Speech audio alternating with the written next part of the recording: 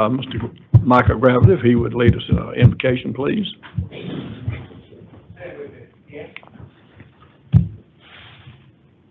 Father God, we just pause this morning to recognize you. Father God, your goodness, grace, and your mercy. We ask for wisdom and direction, Father God, as we seek to serve the citizens of Georgia. We ask that your hand of protection will be on all of our DOT employees as they are out and about throughout this state. Lord, we thank you for this state and time and state. Father God, be with our state leaders. Give them wisdom and direction as they make right decisions for our state. Father God, be with our leaders here. We ask these things in the precious name of our Savior, Jesus Christ. Amen. Amen. I pledge allegiance to the flag of the United States of America and to the republic for which it stands, one nation, under God, indivisible, with liberty and justice for all. Good morning, everyone. Welcome to this another nice spring day, and so I hope it continues for a little longer. But I don't know what month we are in, but it certainly is nice. I'd like to get an approval of the minutes of the October board meeting. Who's going to read those? Roll call real quick. Oh, excuse me. Roll call quick. And I'll do roll call by congressional district. Starting District 1, Ms. Purcell. Present. 2, Ms. Williams. Here. 3, Mr. McIntyre. Here. 4, Mr. Brown. Present. 5, Ms. Key. Present. 6, Mr. Stoner. Here. 7, Mr. Stein. Present. 8, Mr. Gordon. Here. 9, Ms. Dunn. Here. 10, Mr. Boswell. Here. 11, Mr. Lewis. Here. 12, Mr. Snipes. Here. 13, Ms. Lemon. And 14, Mr. Gravely. Here. We do have a quorum present. Thank you, ma'am. This time I'd like to ask for approval of the minutes. Second. Thank you. All in favor? Aye. Any opposed? Motion carries. Thank you very much. Mr. Albert Shelby, could you come forward, please? And how are you today? Well, good morning, Chairman. Good morning. Deputy Commissioner, members of the board.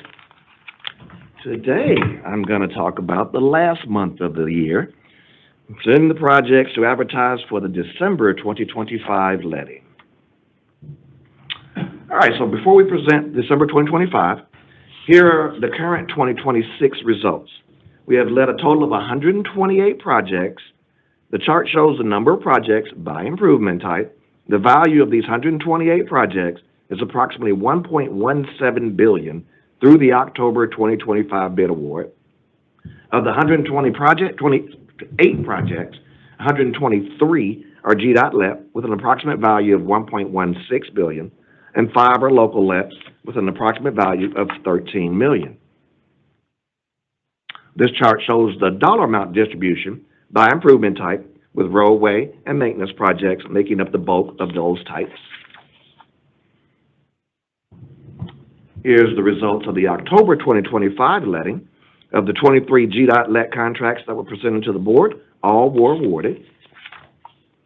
Now I'm going to talk about the projects in the December 2025 letting. We have a total of 27 projects in the letting. 26 are GDOT let and 1 is local let. The next 3 slides list those 27 projects arranged by congressional district.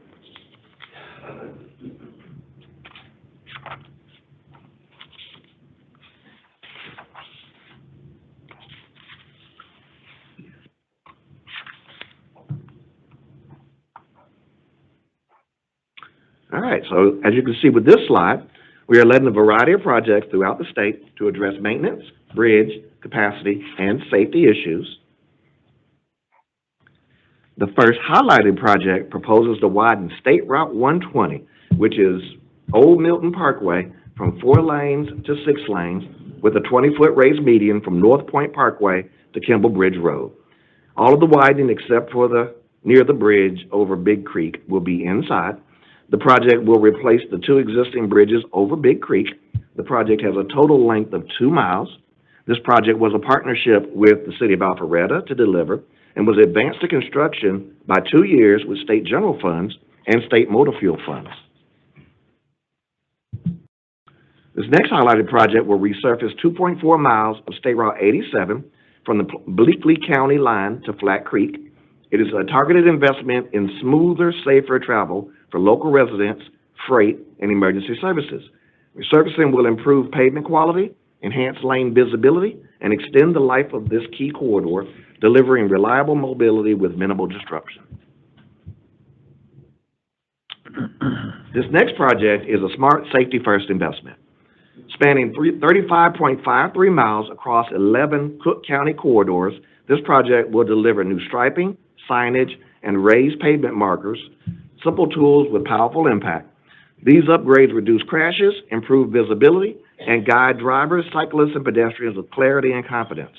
It's a cost-effective way to save lives, extend pavement life, and show our community that safety, as you heard yesterday in Sam Harris's presentation, is a priority for GDOT.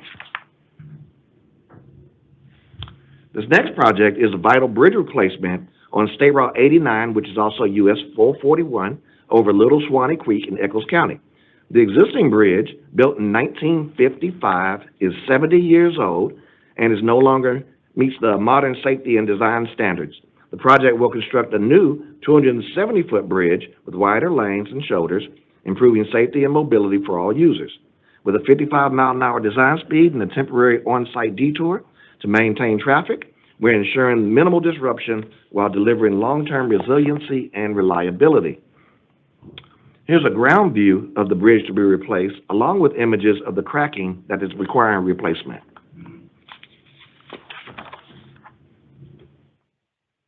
This next project will resurface State Route 17, will resurface 17 miles of I-85 in Gwinnett County, from north of Old Peachtree Road to I-985. It's a strategic upgrade of one of our Georgia's busiest corridors, improving ride quality, lane visibility, and long-term pavement performance.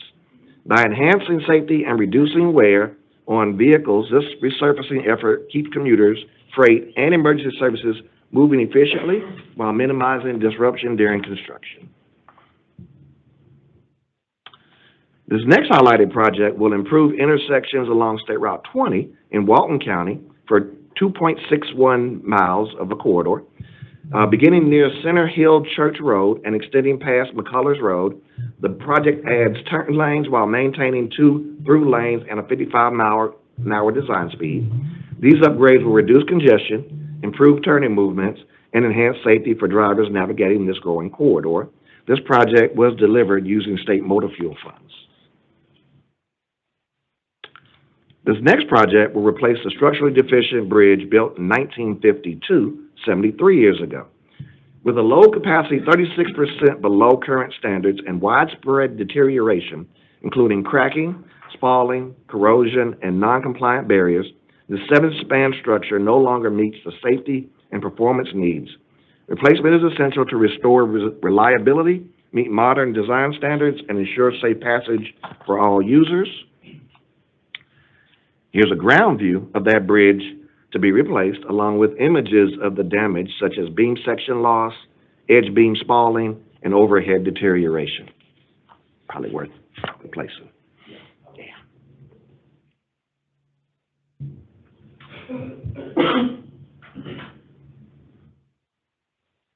Thank you, Albert. Good morning, Chairman. Good morning, Deputy Commissioner, and the other members of the board. I'm here to present the proposed TIA projects for the December 2025 letting. We have 5 projects in December. We have 4 that are in River Valley TIA 2 and 1 project that is in CSRA TIA 2 as well. Our first project is pretty much a corridor widening and resurfacing job. These 4 projects will have shoulder improvements and resurfacing along Coney Road, from Cotton Road in the city of Vienna to State Route 300 in Crisp County. This is approximately 16.5 miles and a total TIA commitment of $11.5 million. This is also a great example of what TIA can do that's slightly different than a single county T-SPLOST, by going across county lines to improve a corridor between 2 cities and counties. The next project is in CSRA. This project will mainly do pedestrian improvements and replace sidewalks and curb and gutter along two different sections of Winthrop Avenue in the city of Millen. This is along State Route 17. These two segments will combine for approximately, what is that? Oh, not very far. I don't actually have the dimension on that one. And this represents a total T investment of approximately $1.1 million. Thank you, Kenneth. So, we have 27 projects proposed for the December 2025 letting. 26 are GDOT let, and 1 is local let. This chart shows the distribution by improvement types. The estimate of the projects in the December 2025 letting is approximately $203 million. This chart shows the dollar amount distribution by improvement type. I now ask for your consideration for approval of the proposed projects presented for the December 2025 letting. Thank you, Mr. Shelby. Ask for a motion and a second, please. Have a motion? Second. Any discussion?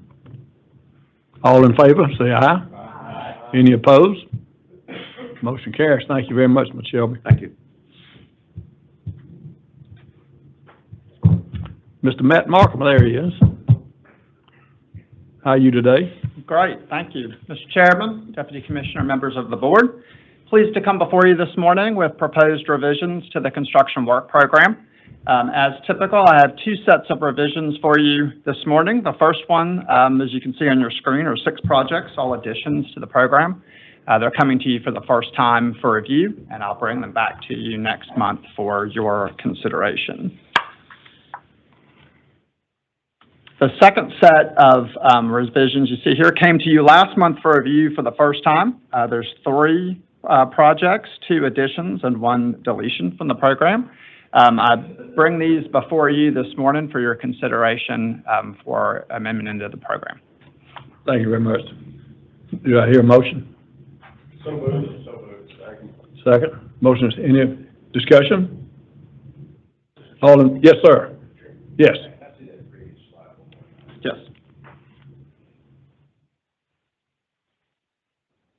Yes, sir. We had a motion and a second. All in favor, say aye. Aye. Any opposed? Motion carries. Thank you, Mr. Markham. Next, we look forward to your report. Thank you, sir. Mr. Commissioner?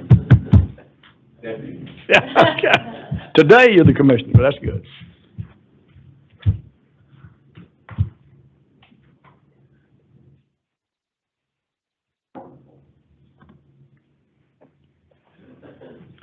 Well, good morning, Good morning. Mr. Chairman, members of the board. It's an honor to be with you here this morning on behalf of Commissioner McMurray to deliver the Commissioner's report. As you all know, the Commissioner is currently in Salt Lake City, Utah at the AASHTO annual meeting, and he's there for a very important reason. Later today, Commissioner McMurray is expected to be elected the president of AASHTO. The president of AASHTO is a extremely critical role in transportation across the United States. And in this coming year, it's a very critical role because we are entering the last year of the current federal authorization bill, known as the IIJA. It will expire just under a year from now. So as the commissioner is taking on the role of AASHTO president, he will be uniquely positioned to have a strong voice in Congress, with the administration, and with all state DOTs in guiding the discussion and the debate around the next federal reauthorization bill. So we're extremely excited about taking on this role. I believe we're extremely fortunate as a department, as a state, that he'll be entering into this role, and we look forward to him representing us on the national stage in the coming year. So it's my honor to be here on his behalf today. So we will begin, as we always do, with state fund collections. The total collections for October of this year was $212.49 million, of which $192 million were excise and $20.5 million were fees. That brings the fiscal year-to-date collections to $874.9 million. The excise portion of that is $789.7 million, and $85.1 million are fees. That is $27.7 million more than at this time last year, so trending in the right direction there, which is obviously good news. From an employment perspective, the total employment figure for the department as of the end of October is 4,012 regular full-time staff. We hired 68 employees and we separated 51, so that is a net gain of 17. And as you hear from us every month, our target from a minimum staffing level is that 4,000 figure number, so we're pleased to be over that. But I do want to draw your attention to the fact that we did have 51 separations, so we still need to focus on retention of our employees to make sure that we can drive that number down and reduce some of the churn within our workforce. From a professional services procurement update, the monthly activity for October 2025 was 164 total contracts valued at $74.3 million for engineering design, right-of-way, and geotechnical related awards. That brings the fiscal year to date to 751 total contracts valued at $380 million. And as a reminder, that's all the activity that goes into project development to get them to this point where Albert presents them to you for your approval for advertisement. So the procurement office and division has certainly been very busy over this year to get those activities going. So I'd like to transition now to major projects that opened to traffic in October 2025. The first project I'd like to highlight is in Congressional District 2, Sumter County, that's GDOT District 3, a bridge replacement consisting of reconstruction of a bridge on Salters Mill Road over Pestle Creek in Sumter County. The contractor was Southern Concrete Construction Company, and it opened to traffic on October 3rd, 2025. The GDOT investment in this project was $3.2 million, and as we always like to say, this project opened ahead of schedule, and there's a great view of that bridge as it was completed there in Sumter County. Moving to Congressional Districts 3 and 10, Henry County, that's GDOT District 3. The project consisted of 8.81 miles of milling, inlay, and plant mix resurfacing on State Route 20 from Industrial Boulevard to Lower Woolsey Road. The contractor was C.W. Matthews Contracting Company. The project opened to traffic on October 24th, 2025, and the GDOT investment on this project was $10.8 million. There you can get a great shot of that resurfacing, a great example of taking care of our assets, making sure we keep up with state of good repair across the state. Next project, Congressional District 8, Tift County, GDOT District 4. This project consisted of 7.8 miles of milling, plant mix resurfacing, and shoulder rehabilitation on State Route 35 from north of State Route 520 to south of the Irwin County line in Tift County. The contractor was Scruggs Company. The project opened to traffic on October 31st, 2025. The GDOT investment in this project was $2.3 million, and again, this project opened ahead of schedule. And here you can see a great view of that. A great shot of some of those rumble strips, as you heard from Sam Harris yesterday in his committee report about some of the work that we've been doing to tackle systemic crash issues across the state. And finally, Congressional District 10, Butts County, that's GDOT District 3. This project consisted of the construction of a roundabout on State Route 16, State Route 42, and Old Griffin Road. The contractor was Summit Construction and Development. This project opened to traffic on October 24th, 2025. The GDOT investment in this project was $3.4 million. And there you can see some shots of this roundabout opening there in Butts County. So now I'd like to transition, as we always do, to honors, updates, and achievements for the department over the last month. And I have a number of awards, which I'm excited to get into. But I do want to start with something a little bit different this morning. Last month, the Texas A&M Transportation Institute, or TTI, published its annual 2025 Urban Mobility Report. And what it reveals doesn't come as a surprise to anyone who's navigated the highways and roadways in any major American city, including Atlanta. This report looks at traffic and congestion trends across the country. The findings in the report, particularly for Metro Atlanta, mirror the same data and trends we've been seeing at GDOT over the past few years. Certainly, congestion is returning. I think we have all seen that. As people begin to work, live, and move about differently coming out of the pandemic in 2020. And to briefly summarize the report, as congestion is once again building, driver behavior has also changed. Commutes are spread out across different hours of the day. Traditional rush hours are returning, yet there's been a rise in midday congestion. We've probably experienced that, which the report notes is likely tied to remote and hybrid work environments with people changing their schedules and travel behavior. So, nationally, Thursday has overtaken Friday with the highest share of weekly delay, according to this report. But in Atlanta, that day is Wednesday. So on average, Metro Atlanta in 2024 experienced congestion for 6 hours a day, with Wednesday between 4 and 6 p.m. being the heaviest. So anybody on the road yesterday afternoon could probably attest to that. The Metro Atlanta region placed 9th as compared to other U.S. cities in the report, which is actually an improvement from the past report, where we ranked number 8. However, this is probably a top 10 list you'd rather not be on. So what that translates to is a yearly delay per commuter of 87 hours that folks are sitting in traffic. However, Atlanta is in a relatively good shape as related to some of the worst cities across the country, such as Los Angeles, which was 137 hours, San Francisco, 134, or New York at 99. But it's a steady reminder of the steady growth of our region. According to the Metro Atlanta Chamber, Atlanta recently was recognized as the 6th largest metropolitan region in the country, as noted by the Census Bureau. And in 2023, the Atlanta region grew by another 1%, reaching 6.3 million people, with nearly 70,000 new residents moving here that year. So think about it this way. When you went to bed last night, and then you woke up this morning, there are 200 more people in this region than there were yesterday, day after day. So certainly we have our challenges. So what this all means is that as commuter patterns change, Metro Atlanta's population continues to climb, and more vehicles on the road. We as GDOT have to continually rise to that challenge, and I believe we are doing that.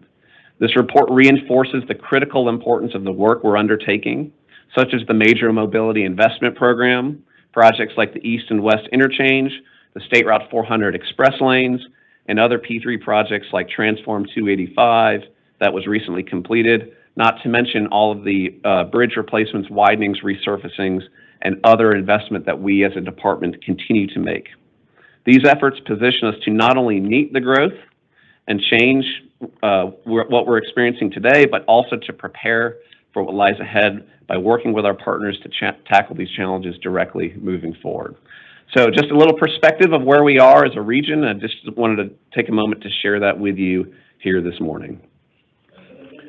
So let's transition to some awards. So speaking of the State Route 400 Express Lane project, just a few weeks back, GDOT's P3 division won an award at the P3 Bulletin P3 Awards ceremony in the Public Sector Promoter Procurer of the Year category. The P3 Awards, judged by industry leaders, recognize excellence in the P3 market and rewards the projects and programs reflecting the highest standard set by professionals each year. The P3 division won for advancing a market-shaping vision through the Major Mobility Investment Program, anchored by the State Route 400 and the I-285 Express Lanes project. The judges recognize the fact that GDOT's approach is influencing the industry as a whole and enabling other authorities to advance robust P3 procurements themselves. And the award announcement stated this: Georgia DOT is a clear leader in P3 delivery. Its State Route 400 and I-285 Express Lanes exemplify strategic vision, disciplined execution, and collaborative market engagement. Transparent, industry-informed risk allocation has attracted global interest, increased value, and reduced contingencies, setting a benchmark for public sector leadership. Truly, this praise recognizes some game-changing work that has been receiving national attention, I'd say worldwide attention, in the industry. And this isn't the first award for the STAIR 400 Express Lanes project. You may remember that in August, the P3 division also won the 2025 P3 Champions of the Year, Innovation of the Year award for its work on the same project. So here in the photo, you can see Jay Gillespie, Helen Pinkston Pope, Haral Patel, and Tim Matthews. So let's congratulate the P3 division for these well-deserved honors.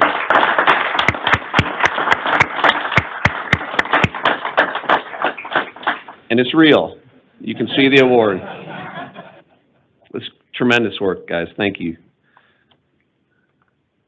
Okay, earlier this month, the WTS Atlanta chapter held its annual Scholarship and Awards Luncheon.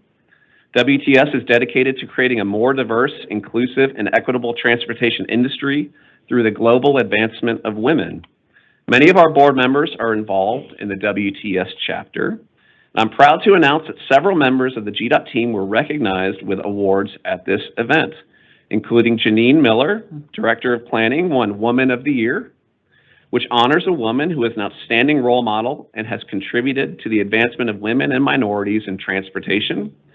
Meg Perkle, our Chief Engineer, won the Uncovering Our Legacy Award, which recognizes an individual that has significantly impacted WTS Atlanta and transportation in the Atlanta region. Eric Duff, former State Environmental Administrator who recently retired from the department, won the Man of the Year Award, which is given to a man who has made significant contributions to advancing women in the transportation industry. And the department also won the Innovative Transportation Solutions Award for our connected vehicle V2X roadmap. Victoria Coulter, who you can see on the screen, accepted the award on behalf of the department. The award recognizes a project or service that has supported one or more key community values, such as improved accessibility to services, employment, or other opportunities. So it's fair to say that we swept it up. Congratulations to all of these accomplished winners, and thank you to WTS for these recognitions.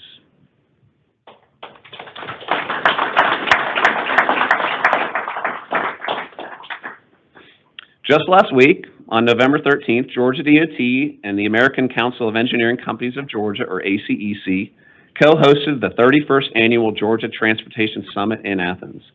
The event featured updates from transportation leaders and was attended by nearly 1,700 transportation and engineering professionals from around the state, which was a record attendance. The summit always serves as a vital annual forum for discussing the current state and future of transportation in Georgia. I do want to thank board members Jamie Boswell, Stacy Key, Dana Lemon, and Joe Stein for being with us at the event that day. And Commissioner McMurray kicked off the general session that morning, providing a GDOT update, discussing many of the major activities that we have ongoing as a department. Attendees also heard from Jamie McCurry of the Georgia Ports Authority, Jonathan Hunt of MARTA, Anna Roach of the Atlanta Regional Commission, and Jason Miles of Hartsfield-Jackson Atlanta International Airport. And following the morning's opening general session, in the afternoon, more than 30 GDOT employees either led or participated in breakout presentation sessions on a variety of transportation topics ranging from the use of AI to right-of-way operations and maintenance. As always, it was a great day with lots of shared learning regarding transportation in Georgia. And each year at the Transportation Summit, we also look forward to the GPTQ Awards ceremony. During the Transportation Summit, the 2025 Georgia Partnership for Transportation Quality Awards were held. Best known as that acronym, GPTQ, the awards were established to strengthen the working relationship between GDOT and its consultants and contractors. Today, the partnership consists of committees, subcommittees, and task forces, which are all populated by consultants and GDOT staff, and the annual awards recognize both projects and transportation professionals as voted on by the GPTQ subcommittees. And I'm proud to announce that many of the award winners in the various categories were GDOT employees who are part of larger teams collaborating with different agencies, partners, and consultants. With the emphasis on quality, you can imagine our pride in these projects and in these GDOT team members being recognized, and you can see the GDOT winners there listed on the screen. So please join me in congratulating the GDOT employees recognized for their excellent work.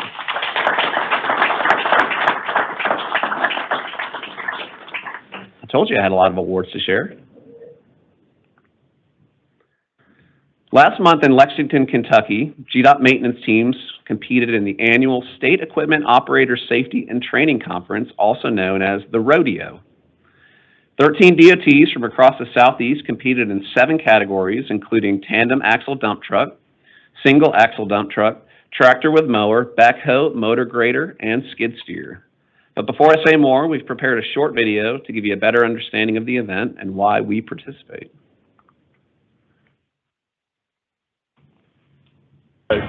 This is when the best competitors in the Southeast come together and show off their talents and, you know, what their level of skill is in the event that they're participating in. High level experience, not just because they made it to regionals, but they have to be good at what they do. You have to be good at what you do and love what you do to make it to these events. Not only is this a little bit of a way to showcase our operators, and show the skill set that we utilize pretty much on a daily basis in our equipment operation. But it's also a major morale thing. We come up here, we put together not only from our district, we have our state rodeo, our district rodeos and state rodeo, and then eventually the regional. So it's a major morale boost to our guys to come up here and showcase what GDOT's capable of. So safety is number one priority, and that goes into the setup of the events, the difference of the logistics of where you can be as a competitor, where you can be as a judge, and where you can be just as a spectator watching the event. So there's a lot that goes into that. And then the preparation, when you talk about professionalism at each aspect of the regional rodeo, there's professional judges, there's professional layout people that do the layout each event, along with the professionals, so to speak, for the actual competitors in the event. Been a great camaraderie of state to state competition, a lot of respect from state to state, and then seeing all the different professionals of operators from state to state that are bringing it to the regional rodeo to compete with each other. Just understanding and knowing at the end of the day that we're all on one team. We're all part of a DOT, whether you're in Texas or whether I'm in Georgia or whether you're in North Carolina. We'll all are out on the highway at some point in time or another, putting our lives on the line, trying to make sure that people are safe when they're traveling through your state, traveling up and down the roads, just trying to make sure that they're safe. GDOT's a leader across the nation. We're a leader in the Southeast in what we do, and all these DOTs do a great job, don't get me wrong. But this event can't happen without Georgia being here. It's very important for us to be here with other states, to compete with other states, but also to build relationships with the other states. And I think that is, as much as anything, you learn who you can when it's not a rodeo, right? Who might I need to call to get a service or some help or some advice from another state? So you meet those people, and pretty cool. And I tell you another thing I like about it as well. The way the people that are coming here from all the states bring their families, that's a great thing. We all talk about our DOTs being family-oriented, and you see that here more than anywhere I go. Whether you win or lose, it's still just a competition, and that we make it home safe is the most important thing.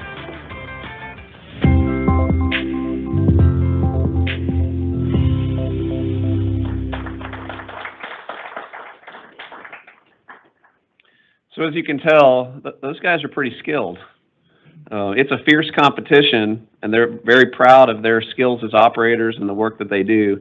But coming out of the video, I think it's clear the most important part of that is the collaboration and coordination that we gain, not just with our employees here at GDOT, but across the Southeast.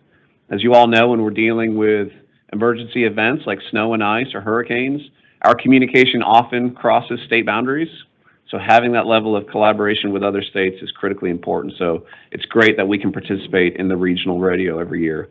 On the screen, you can see all the employees along with their respective districts who participated in this year's event in Kentucky. So as you know, GDOT holds its own rodeo event, and the first and second place state rodeo contestants proceed then to compete at the regional rodeo. So these are the individuals that made it through and went up to Kentucky to then compete. The regional rodeo allows the department to build working relationships with other southeastern DOTs to share best practices, with the ultimate goal of improving safety. So thanks to all the GDOT employees that participated this year, and we look forward to competing again next year.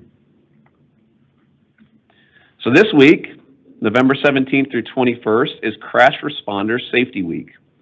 GDOT has joined this national effort to protect responders who are at the scene of highway crashes, which include hero and champ operators, firefighters, emergency medical service, law enforcement, towing and recovery, public works, safety service patrol, and other transportation professionals. This year's theme, Safety Starts With You, Slow Down and Move Over, is designed to remind motorists to stay alert, slow down, and move over when approaching an active traffic incident to ensure responders return home to their loved ones.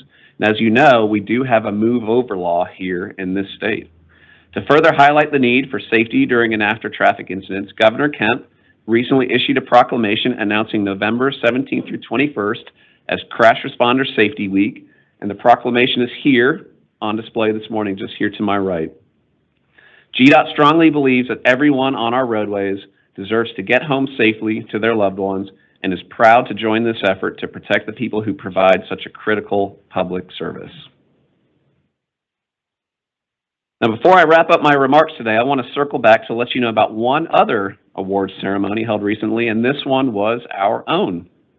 Earlier this month, GDOT held its annual Employee Recognitions Awards, where the department honored the exceptional work of GDOT employees in the previous calendar year. These awards recognize the department's standout employees who exemplify the best of GDOT. More than 100 employees gathered in person right here in this room, and nearly 900 watched online as we announced and recognized over 55 award-winning individuals and teams. It was a great day of celebration that highlighted examples of our employees, both in the districts and here at One Georgia Center, going above and beyond to make transportation better in the state. Now, I don't have time to tell you about every award winner that received an award that day, but we will be publishing the full list of award winners in our winter issue of the Milepost magazine, as they all deserve equal acknowledgement. However, I wanted to take a moment to share the story of one GDOT employee who was nominated and won awards and two of the prestigious statewide awards, our Heroism and Sean Kornacki Awards. The Heroism Award is presented annually to a Georgia DOT employee or team who, through a heroic act or a life-saving measure, exhibited excellence in the line of GDOT duty or in everyday life. The Sean Kornacki Award is presented annually to one Georgia DOT highway maintenance foreman whose commitment to the safety of Georgia's roadways and citizens is exemplary. This employee has demonstrated a willingness to go above and beyond the call of duty, has made a positive impact on their colleagues and the department, and shows extraordinary dedication to keeping Georgians moving safely and efficiently. This award, while named for Sean Kornacki, who tragically lost his life on the job in 2023, is also bestowed in recognition of all Georgia DOT employees who have lost their lives in the line of duty. This year's recipient consistently shows a deep commitment to the safety of his area's roadways and citizens. Now, it's extremely rare for one employee to win both the Heroism Award and the Sean Kornacki Award. But when I read the narrative, I think you will understand why. These awards were both won by District 1's Ralph Beaver, who is with us here today. Ralph, could you join me at the podium, please? Good morning. During his tenure at GDOT, Ralph Beaver has skillfully held several maintenance positions and is currently a foreman in Gwinnett County. His colleagues describe him as someone who takes pride in his work and is committed to the safety of the citizens of Georgia. And that commitment to safety was exemplified in the early morning hours of September 14th, 2024, when he was called to a guardrail strike on State Route 316. When Ralph arrived on the scene, he found a tangled section of guardrail extending into the travel lane and a Gwinnett County police officer in his vehicle with the emergency lights flashing, preventing traffic from hitting the guardrail. Ralph called for a saw to cut the guardrail out of the roadway. As he waited for the saw to arrive, a crash occurred behind the police vehicle, and Ralph and the officer immediately went back to check on the two drivers involved who had exited their vehicles. While he spoke with the officer and the two drivers, Ralph noticed a vehicle approaching at high speed. The car struck one of the vehicles in the accident, which was now headed directly for the group. He instantly reacted, shoved the officer and the two motorists out of the way of the vehicle, which was careening towards them. The car hit Ralph, flipping him into the air and breaking his leg. Despite his injuries, Ralph insisted on cutting the guardrail and securing the area before he went to the hospital. It is not an exaggeration to say that Ralph risked his life and saved 3 people that day. His quick thinking, selfless act, and service to the public make him exceedingly worthy of both the Heroism and Sean Kornacki Awards. Ralph received his award plaques at our ceremony 2 weeks ago, but I wanted him to attend today so the board could also recognize his outstanding and selfless achievements. So please join me in a round of applause for our Heroism and Sean Kornacki Award winner, Ralph Beaver.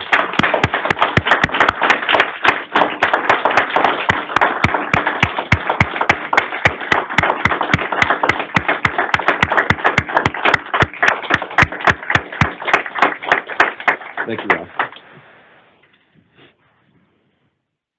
Ralph, thank you for your sacrifice and all that you do for the people of Georgia. His heroism and sacrifice serve as an example of how our employees are often in harm's way on behalf of the department and the people of Georgia.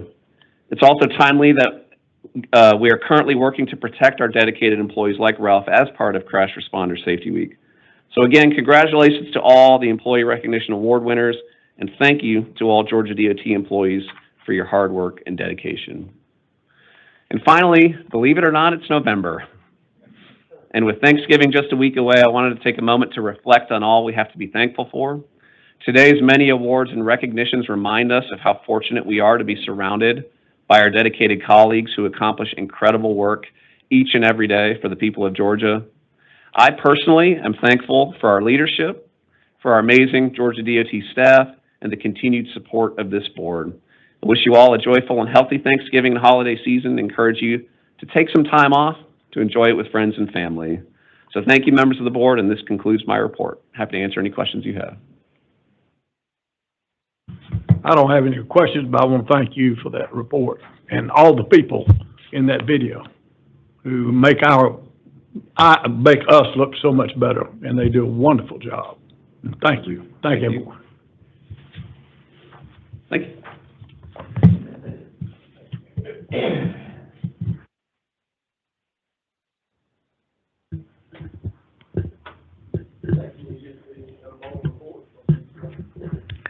Okay, thank you. The Intermodal Committee convened on November 19th, 2025 at 1:30 p.m. Board members present included myself, Stoner, Key, Lemon, Boswell, McIntyre, Golden, Purcell, Stein, Lewis, Snipes, Gravely, Williams, and Robert Brown by telephone. Our first order of business was Cody Dupre, our aviation planning manager in the Division of Intermodal, presented the 2025 Georgia Statewide Pavement Management Study. Mr. Dupre provided an update on the condition of Georgia's airport pavements based on the study's findings. He explained how this update supports safe, efficient, and cost-effective infrastructure for the state's aviation system. The results of the study play a critical role in assessing and planning improvements for airport pavements at Georgia's 102 general aviation and commercial airports. It provides a data-driven foundation for maintaining safe, reliable, and financially sustainable airport infrastructure overall while meeting federal requirements statewide. No actions were taken and the committee adjourned at 1:46. This concludes my report.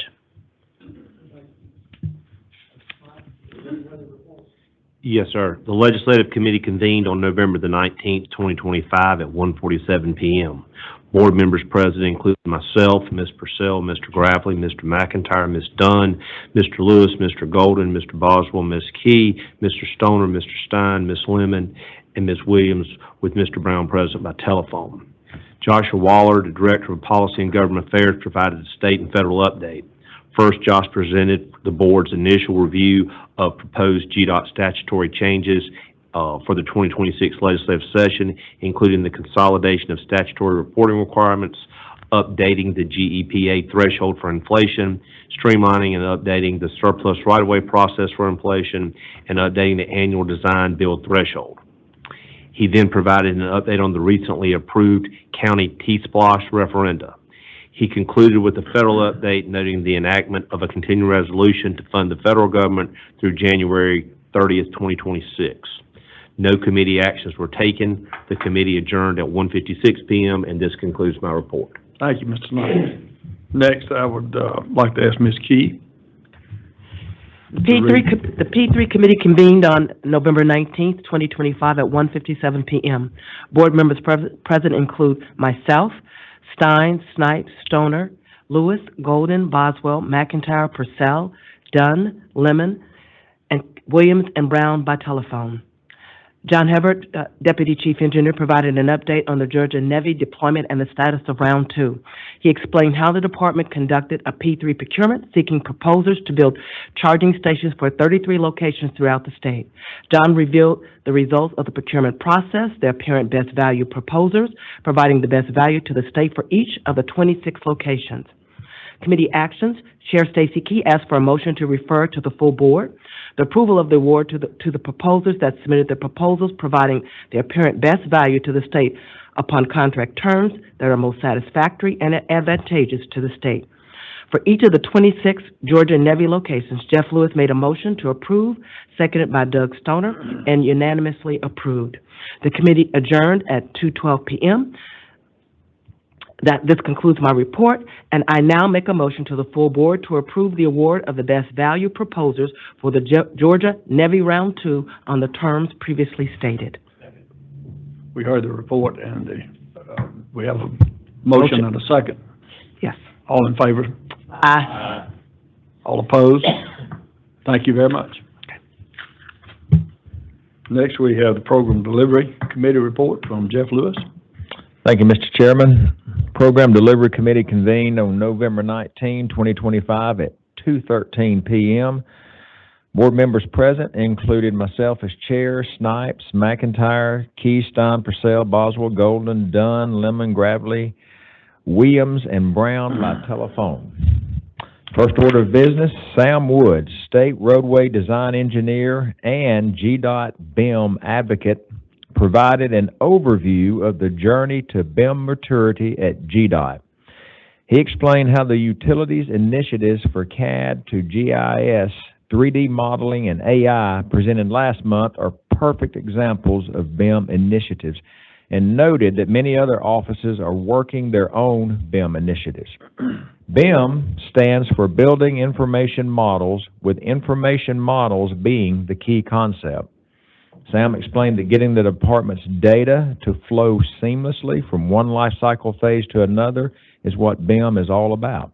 He highlighted the primary need for BIM as making better decisions through treating our data itself as a strategic asset. This initiative is supported by GDOT, the Georgia Partnership for Transportation Quality, FHWA, and AASHTO. Sam described how BIM will be implemented at GDOT and the long-term strategic transformative nature of the journey to BIM maturity.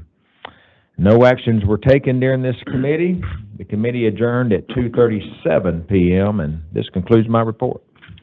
Thank you, Mr. Lewis. The Board Committee report, the Committee of the Whole. The Committee of the Whole convened on November 19th, 2025 at 2:38 p.m. Board members present included myself, Dennis McIntyre, Tim Golden, Ann Purcell, Stacy Key, Joe Stein, Emily Dunn, Jeff Lewis, Dan Snipes, Dana Lemon, Micah Gravely, and Kathy Williams, and Robert Brown by telephone. First order of business, Sam Harris, State Traffic Engineer, provided a presentation highlighting Georgia's leadership in roadway safety by showcasing ongoing HSIP initiatives, GDOT's participation in national forums such as the AASHTO Safety Summit, and the deployment of advanced safety analytics tools, including AASHTO or AASHTO Wear Safely, The presentation reviewed national and state fatality trends while also presenting Georgia's performance relative to USA crash numbers. Mr. Harris also noted GDOT's commitment to innovation through near-miss detection technology, LiDAR V2X deployment for its ITS World Congress, and improvements in statewide crash report training. The presentation closed by highlighting the significant reach of GDOT's educational programs, including Keep Georgia Safe, which has already impacted more than 139,000 teachers and 887,000 K through 12 students. Second order of business, Emily Fish presented on winter weather preparedness for the 25-26 season. She discussed the seasonal outlook, new initiatives of the year, changes to the program and operations, and the future of winter weather operation at GDOT. No action was taken during this committee. The committee adjourned at 3:15, and this concludes my report. Next, I would like to ask for the board to consider moving the December meeting to December 11th. And I need your motion and a second and approval. I have a motion and a second. Any discussion? If not, thank you very much, and we will see you in December. But, oh, yes, I'm sorry. We need to vote, I'm sorry. All in favor, say aye. Aye. All opposed? Thank you. We will see you in December. Thank you for your time. Thank you.